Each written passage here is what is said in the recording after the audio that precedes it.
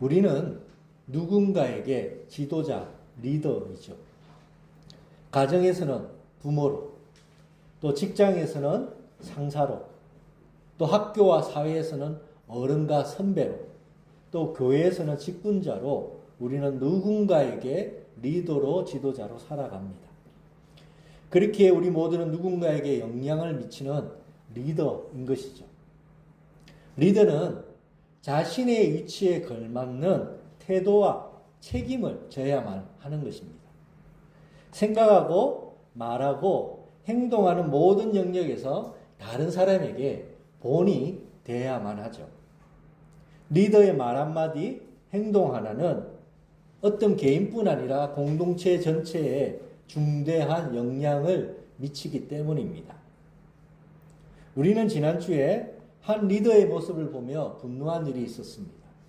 월드컵 국가대표팀 감독이었던 홍명보 감독에 대해서죠. 한국 대표팀은 월드컵 32강에 진출하는 것이 실패했습니다. 근데 32강에 진출하지 못한 것이 문제가 아니라 역대 최고의 선수로 구성된 팀이 월드컵 진출 역사상 가장 부진한 경기를 했다라는 것입니다. 우리가 절잣사라는 말이 있습니다. 졌지만 잘 싸웠다라는 말을 하기 어려울 정도로 실망스러운 경기를 펼쳤던 것이죠.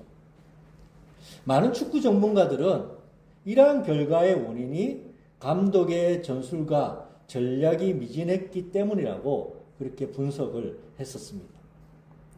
그럼에도 홍명보 감독은 이에 대한 문제의식이 없어 보였습니다. 또 외적 요인을 탓하면서 책임을 회피하는 듯한 모습도 보였던 거죠. 사회적 공분이 일자 홍명보 감독은 기자회견을 열고 사퇴를 밝히게 되었던 거죠. 하지만 사퇴를 밝히는 홍명보 감독의 모습은 반성과 책임을 지는 모습으로 비춰지지 않았죠. 그래서 더 많은 사람들이 실망하고 비판을 쏟아냈던 것입니다. 어쩔 수 없이 사퇴하지만은 나는 잘못한 것이 없다라는 태도로 사퇴문을 1분 40초 만에 읽고 질문도 받지 않은 채 주머니에 손을 넣고 퇴장을 해버린 모습을 보였던 거죠. 인천공항으로 입국할 때도 한 번쯤은 고개를 숙여서 사과를 할 법도 했지만은 아무렇지 않은 듯 공항을 빠져나간 것입니다. 왜 이토록 많은 사람들이 흥분하며 화가 나 있는지를 전혀 공감하지 못하는 모습을 보여줬던 것입니다. 물론 어떤 경기든 이길 수도 있고 질 수도 있습니다. 이 경기 결과를 감독 한 사람의 책임만으로는 돌릴 수는 없습니다. 그럼에도 감독에게는, 리더에게는 내 책임이 가장 크다라는 그런 태도가 필요한 것이죠. 실제로 현대 축구는 감독의 전술과 전략이 경기 결과에 지대한 영향을 미치기도 합니다. 월드컵 진출 역사상 가장 아쉬운 경기력에도 불구하고 홍명보 감독은 진심 어린 반성과 책임지는 태도를 보이지를 못했던 거죠. 어쩌면 이러한 모습은 홍명보 감독 한 개인에게만 한정된 현상은 아닌 것 같습니다. 우리 사회의 많은 지도자, 리더에게서 비슷한 모습을 볼 때가 많이 있죠. 때로는 우리 자신도 마찬가지일 때가 있습니다. 대부분은 리더의 자리, 지도자의 자리를 권력의 자리라고 여기죠. 그래서 리더가 되면 다른 사람에 군림하고 자신의 뜻을 관철하고자 하죠. 그리고 인정과 특권을 누리려고 한다는 것입니다. 지도자의 자리는, 리더의 자리는 존중과 대접을 받는 자리라고 여긴다는 것입니다. 그렇게 리더의 자리에 있는 이들이 권위적 태도를 보일 때가 많이 있습니다. 나는 옳다며, 자신은 옳다라면서 다른 사람의 말에 귀를 기울이지 않기도 하죠. 문제가 생기면 자신의 문제를 인정하지 않고 다른 사람에게 책임을 돌리기도 하고 여러 핑계로 자신을 정당화하기도 하는 모습을 보이는 거죠. 우린 출애굽기 속에서 아론에게서도 이런 부정적인 리더의 모습을 보게 되었습니다. 하나님께서는 모세와 함께 이스라엘을 이끌도록 아론을 세웁니다. 즉 모세의 형이었죠. 모세가 시내산에 올라간 동안에 산 밑에 있던 백성들이 불안해하며 우상을 만들어 달라고 요구를 했던 것이죠. 그때 아론은 백성들의 잘못을 단호하게 막아야만 했던 것이죠. 하나님의 백성, 즉 하나님의 구원의 은혜를 기억하게 하고 백성들을 바른 길로 인도하야만 했던 것입니다. 그러나 아론은 어떻게 했습니까? 백성들의 요구에 굴복해서 금송아지를 만들고 말았던 것이죠. 더 큰 문제는 그 이후에 보여지는 태도였습니다. 모세는 아론에게 어떻게 이런 큰 범죄를 범하였느냐라고 묻자 아론은 자신의 잘못을 인정하기보다는 변명부터 했던 모습을 보였죠. 이 백성이 악한 줄 당신도 아시지 않습니까? 라면서 책임을 백성에게 돌리게 되었습니다.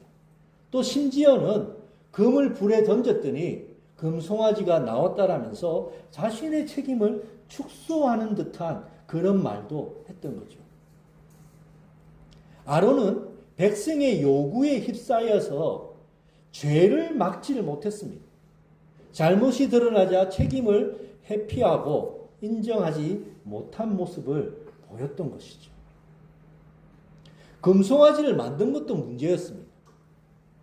그러나 자기 잘못을 변명하며 책임을 회피하는 것이 더 큰 문제였던 거죠. 축구에 질 수도 있고 또 전략이 부족할 수도 있습니다. 그렇다면 실패를 겸손하게 인정하고 진심으로 반성과 사과를 하며 책임지는 모습을 보여주면 되는 거죠. 그러나 홍명보 감독도 아론도 리더로서는 적절하지 못한 태도를 보여줬던 것입니다. 반면에 이들과 대조되는 인물이 있는데 그 인물이 바로 모세였습니다. 모세는 지도자가 어때야 되는지 리더는 어떠해야 되는지를 제대로 보여주게 되죠. 우리는 몇 가지 장면에서 모세가 얼마나 진정성 있는 리더였는지를 볼 수가 있습니다. 첫 번째 장면은 이스라엘 백성이 잘못을 범했을 때, 죄를 범했을 때 모세가 보여주었던 그런 리더십입니다. 우리는 지난주에 이스라엘 백성이 범했던 크나큰 잘못 두 가지를 보았습니다. 첫 번째는 금송아지 우상 사건이었고 두 번째는 가나안 정탐꾼 사건이었습니다. 이 두 사건에서 하나님은 이스라엘을 멸하려고 할 정도로 엄청나게 분노를 하셨죠. 그때 모세가 어떻게 했을까요? 모세는 이스라엘 백성의 잘못을 하나님 앞에 나아가서 중보하기 시작합니다. 그리고 끝까지 이스라엘에게 책임을 지려는 태도를 보여주게 되죠. 모세는 저들이 잘못했으니 저들이 책임져야 됩니다라고 말하지 않았습니다. 백성들이 말을 듣지 않습니다. 저는 할 만큼 했습니다라면서 자신의 책임을 회피하지도 않았습니다. 오히려 하나님 앞에 엎드려서 백성을 위해서 대신 간구했던 거죠. 백성의 죄를 자신의 죄처럼 짊어지고 하나님 앞에 나아가는 모습을 이 모세가 보여줬던 것입니다. 이것이 참된 리더의 모습인 것이죠. 모세는 이스라엘의 잘못에 대한 책임을 회피하지 않았습니다. 하나님께서 맡기신 백성을 끝까지 품고 책임지려는 그런 모습, 태도를 보여주었던 것이죠. 모세의 리더십이 어땠는지를 볼 수 있는 장면이 오늘 또 우리가 읽었던 본문입니다. 모세는 시내산에 올라서 오랜 시간 하나님 앞에 머물게 되죠. 성경은 모세가 하나님과 대면하던 자다라고 그렇게 얘기합니다. 하나님과 함께한 결과 모세에게는 엄청난 변화가 일어나게 되죠. 얼굴 피부에 광채가 나기 시작했다는 것입니다. 모세 얼굴의 광채를 본 이스라엘 백성들은 모세를 두려워하기 시작했습니다. 모세에게서 범접할 수 없는 신적 영광을 보았기 때문이죠. 자신의 얼굴에서 광채가 난다는 것을 알게 된 모세는 백성을 만날 때마다 얼굴을 수건으로 가렸던 것이죠. 만일 우리라면 어떻게 했을까요? 우리 얼굴에 광채가 난다면, 저의 얼굴에 광채가 난다면 저는 어때 했을 것 같습니까? 아마도 광채를 감추려기보다는 오히려 드러내려고 했을지 모르죠. 나는 하나님과 가까운 사람이야. 나는 특별한 사람이라면서 자신을 드러내고 자랑하는 수단으로 삼았을지도 모릅니다. 저의 얼굴에 광채 보이시죠? 저는 이런 목사입니다. 라고 그렇게 자랑하고 싶었을지 모르죠. 사람들은 자신을 특별하게 보이고 싶어 하죠. 또 주목받고 싶어 합니다. 할 수 있는 모든 수단을 동원해서 자신의 차별성, 나는 당신들과 다릅니다. 라는 것을 드러내고 싶어 하죠. 더 밝은 조명을 비추고 화려한 옷을 입고 또 멋진 배경을 연출하여서 자신의 경력과 성과를 드러내며 자랑하고 싶어 합니다. 나는 이런 사람입니다. 나는 이런 성공을 했습니다. 나는 다른 사람과 다르다라며 보여주고 싶어 하는 것이죠. 없던 광채도 더 만들고 싶어 하는 것이 대부분의 사람들의 심리인 것이죠. 그러나 모세는 달랐습니다. 모세는 하나님께 받은 은혜를 자신의 권위를 높이는 도구로 사용하고 싶지 않았습니다. 얼마든지 과시하고 자랑해서 사람들이 오히려 자신을 추앙하도록 그렇게 할 수도 있었던 거죠. 하지만 모세는 수건으로 자신의 얼굴을 가렸습니다. 모세는 자신이 드러나는 것도 자신이 높임받는 것도 원하지 않았던 것이죠. 이스라엘 백성이 자신에게 집중되어서 혹 자신을 숭배하거나 추앙하지 못하도록 한 것입니다. 이스라엘 백성이 하나님께로 나아가는 것이 방해받지 않도록 철저하게 자기를 제어한 것이 모세의 모습이었죠. 이스라엘 백성이 하나님을 높이고 하나님의 말씀에 집중되도록 모세는 자신을 제어할 수 있는 겸손한 리더십을 보였던 거죠. 모세는 이스라엘 백성 위에서 군림하면서 자신의 뜻을 관철시키고 사람들을 지배하려는 리더가 아니었다는 것입니다. 이스라엘 백성이 하나님의 뜻대로 사는 거룩한 백성이 되도록 섬기는 리더였던 것이죠. 모세는 책임지는 리더였고 섬기는 리더였습니다. 그런데 이런 모세의 리더십을 더 완전하게 보여주신 분이 바로 예수님이십니다. 모세의 리더십은 예수님에게서 더 완전하게 드러났죠. 예수님은 책임지고 섬기는 리더십의 완전한 모범이 되신 분이셨죠. 예수님은 사람들의 죄를 위해서 대신 죽으셨죠. 사람들을 위하시며 끝까지 책임지시는 분이셨습니다. 또한 예수님은 하나님의 아들이셨지만은 오히려 자기를 낮추시며 섬기시는 분이셨던 것이죠. 제자의 발을 씻겨주시는 예수님이 바로 섬김의 리더십의 대표적인 그러한 사례입니다. 예수님은 지배하거나 자신을 높여서 대접받고자 한 것이 아니라 사람들을 위해서 섬기고 희생하는 리더였었던 것이죠. 인자가 온 것은 섬김을 받으려 함이 아니라 도리어 섬기려 한다라고 자신이 어떤 리더인지를 보여주셨던 것입니다. 예수님은 리더란 권위를 앞세워서 사람들을 지배하고 대접을 받으며 자신의 뜻을 관철하는 자가 아니라고 얘기하시죠. 오히려 섬기고 희생하며 책임지는 사람이 리더인 것을 보여주셨습니다. 리더는 특권이 아니라는 것이죠. 책임지는 자라는 것입니다. 리더는 군림하는 자가 아니라 섬기는 자라야 한다는 것입니다. 예수님이 먼저 그런 리더십의 모범을 보여주셨습니다. 그리고 예수님을 따르는 우리들도 이런 리더십으로 세상과 사람을 섬겨야 한다라고 가르쳐 주신 것이죠. 그러므로 믿음의 사람은, 예수 그리스도 안에 있는 사람은, 리더는 사람들 위에 서는 자가 아니라 사람들 아래에서 섬기는 자라는 것을 분명하게 할 필요가 있습니다. 리더가 어떤 자냐? 세상의 가치와 다른 위가 아닌 아래에서 섬기는 자라는 것이죠. 이것은 리더십의 완전한 역전입니다.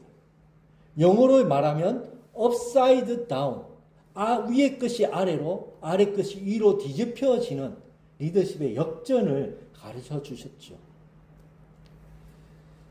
제가 미국 유학 당시에 리더십에 관한 과목을 들었습니다. 교수님은 이 리더십에 대해서 정확하게 설명하셨는데 제가 영어가 부족해서 완전히 이해할 수가 없었습니다. 근데 교수님이 리더십이 어떠한 것인지를 손가락 모양으로 다시 설명해 주셨는데 그때 교수님이 지금껏 말씀하신 것이 무엇인지를 제가 정확하게 이해할 수가 있었습니다. 교수님은 손가락을 아래로 향하시는 모습으로 보여주셨죠. 그래서 대부분의 리더십은 이처럼 위로 올라가는, 그래서 제일 정점에 있는 것을 리더라고 생각을 한다는 것입니다. 그래서 위에서 아래 사람을 다스리고 이끌고 때로는 지배하고 군림하려고 한다는 것이죠. 사람들은 점점 위로 올라가고 싶어 한다는 것입니다. 근데 성경에서 말하는 리더십은 이와 반대라고 얘기하시면서 아래로 향하고 있던 손가락을 위로 올렸으며 리더는 제일 아래에서 위의 사람을 섬기는 자라고 그렇게 알려주셨던 것이죠. 리더는 가장 아래에서 사람들을 섬기며 위의 사람들이 각자의 역할을 잘 감당하도록 돕는 사람이라는 것입니다. 교수님은 손가락을 뒤집어서 리더의 역전이 무엇인지를 가르쳐 주셨던 것이죠. 많은 이들은 리더를 삼각형의 꼭대기에 있는 자라고 여깁니다. 경쟁을 뚫고 승리해서 위에 오른 자가 리더라는 것이죠. 그래서 리더는 아래에 있는 사람들을 통솔하고 지배하며 이끄는 자라고 생각을 합니다. 리더의 한마디에 밑에 사람들은 일사불란하게 따라가는 것이라는 거죠. 그래서 리더는 위쪽이나 상석에 앉아서 리더를 정점에 두고 좌석을 배치하기도 합니다. 그래서 리더는 상석에 앉아서 지시하고 때로 문책하기도 하죠. 구성원들은 리더가 말하는 것을 받아 적으며 주눅든 채 아무 얘기도 하지 못하는 것이죠. 직장인들이 회의를 싫어하는 이유가 여기 있죠. 우리가 익히 경험한 분위기입니다. 전형적인 피라미드 구조인 것이죠. 이런 리더십 구조는 경직되고 창의성을 발휘하기가 쉽지 않습니다. 오직 리더만 바라보고 리더의 지시만을 따를 뿐인 것이죠. 하지만 섬김의 리더십은 이와는 정반대입니다. 역피라미드 구조인 것이죠. 리더는 제일 아래에서 구성원들이 위에 있는 것이죠. 리더의 역할은 지시하고 가르치는 자리라기보다는 위에 있는 구성원들이 그들의 역할을 잘 감당하도록 또 창의적으로 일할 수 있도록 힘을 불어주는 역할이라는 것입니다. 영어로 임파워링이라고 하죠. 파워를 넣어준다. 즉 힘을 넣어서 격려해 준다라는 것이죠. 이것이 리더의 역할이라는 것입니다. 이런 섬김의 리더십을 가진 조직에서는 자리 배치도 달라지죠. 리더를 중심에 두고 자리를 배치하는 것이 아니라 각각의 구성원이 중심이 되도록 자리를 배치하는 것입니다. 구성원들이 자신들의 얘기를 더 많이 할 수 있도록 방사형 네트워크 구조로 배치를 한다는 거죠. 일방적으로 리더의 지시를 듣는 그런 형식이 아니라 구성원들이 스스로 문제를 인식하고 그들이 함께 풀어내는 창의적인 방식이라는 것이죠. 리더는 구성원들이 더 효율적으로, 창의적으로 자신이 맡은 업무를 잘해 나가도록 조정하고 안내하는 그런 안내자로서의 역할을 하는 것이죠. 이런 조직은 생기가 돕니다. 자발적이고 창의적이 되죠. 많은 좋은 기업들은 바로 이러한 방식으로 바뀌어가고 있는 것을 볼 때가 있습니다. 우리 그리스도인들은 바로 이런 섬김의 리더십, 섬김의 조직 문화를 세워가야만 하는 자들입니다. 가정에서, 또 학교에서, 직장에서, 사업체에서, 또 교회에서 섬김의 리더가 우리 모두는 되어야만 하는 거죠. 부모는 부모의 욕심대로 자녀를 이끄는 것이 아니라 자녀에게 주어진 그 고유한 그 하나님이 주신 그 재능이 꽃피도록 돕는 자이죠. 아이들에게 주어진 고유한 몫으로 살아가도록 섬기는 리더가 부모인 것입니다. 직장에서는 자신의 승진과 이익만을 위해서 살아가는 것이 아니라 후배들과 직원들이 그들의 역할을 잘 감당하도록, 그래서 그들이 정말로 꽃피도록 돕고 섬기는 역할을 해야 되는 것이죠. 정치인들은 자신의 개인적인 사욕과 정치적 이익을 위해서가 아니라 지역과 나라의 국민들의 삶이 풍요로워지도록 섬기는 리더야만 한다는 것이죠. 목사도 인기나 어떤 성과를 위해서가 아니라 성도들이 그들의 삶 가운데서 하나님의 뜻을 위해서 살아가도록 섬기는 자야만 한다는 것입니다. 우리 그리스도인들은 각자의 영역에서 자신이 주목받고 내가 드러나기 위해서가 아니라 다른 사람이 자신의 몫과 역할을 잘 감당하도록 섬기고 힘을 불어넣어주는 섬김의 리더십을 보여야만 하는 자가 바로 우리 그리스도인입니다. 만약 홍명보 감독이 이런 섬김의 리더십으로 대표팀을 이끌었다면 다른 결과가 나왔을지 모르죠. 리더가 위에 있는 자라고 여긴다면 독성과 아집에 사로잡힐 가능성이 높습니다. 나만큼 하는 사람이 있으면 나와봐. 내가 오라. 내가 제일 잘 알아라는 그런 태도를 보이기가 쉽죠. 자신이 성공해서 여기까지 올라왔으니, 경쟁에서 이겨서 여기까지 올라왔으니 남의 말을 들을 이유도 없고 내가 가장 잘났다라고 그렇게 여기기가 쉽다라는 것입니다. 이런 모습은 우리 사회 곳곳에서 리더에 있는 자리에 있는 이들이 자주 보여주는 모습인 것이죠. 그러나 세상은 더 이상 이런 리더의 모습에 실망하고 실증을 느끼고 있습니다. 세상은 겸손의 리더, 섬김의 리더, 낮은 자리에 설 줄 아는 리더를 원하고 있죠. 좋은 성적을 거둔 축구팀의 감독에게서 때로 이런 리더십의 모습을 볼 때가 있습니다. 대표적으로 월드컵 일본 축구팀 모리야스 감독을 들 수 있습니다. 이번 월드컵에서 일본 축구가 얼마나 많이 발전했는지 우리가 다 보았을 것입니다. 32강전에서 브라질에 졌지만은 브라질에 전혀 밀리지 않는 매우 대단한 경기력을 보여주었죠.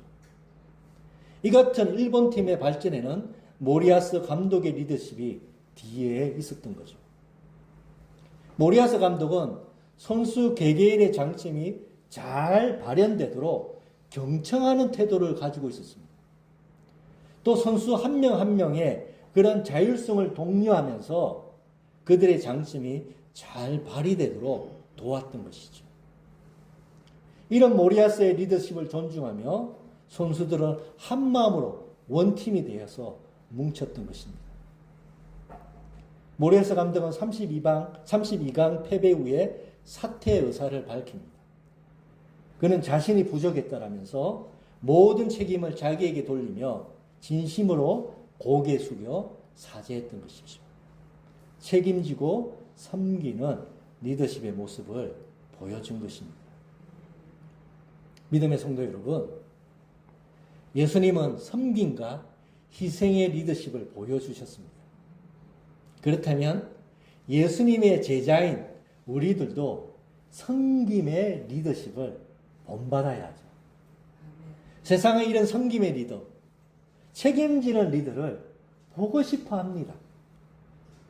자신의 어떤 성공과 자리가 나의 업적과 나를 자랑하고 나의 특권을 위해서가 아니라 내 성공과 나의 자리가 모든 사람이 잘 되도록, 그래서 내가 잘 섬기기 위해서라는 그러한 리더를 세상은 보고 싶어 하는 것이죠. 우리 믿음의 사람들이 각자의 영역과 자리에서 이런 섬김의 리더십을 잘 발휘하기를 기도드립니다. 우리 이번에 모든 식구들이 예수님을 따라서 섬김과 희생으로 사람들을 돕고 섬기는 리더가 되기를 주님의 이름으로 축원드립니다. 아멘.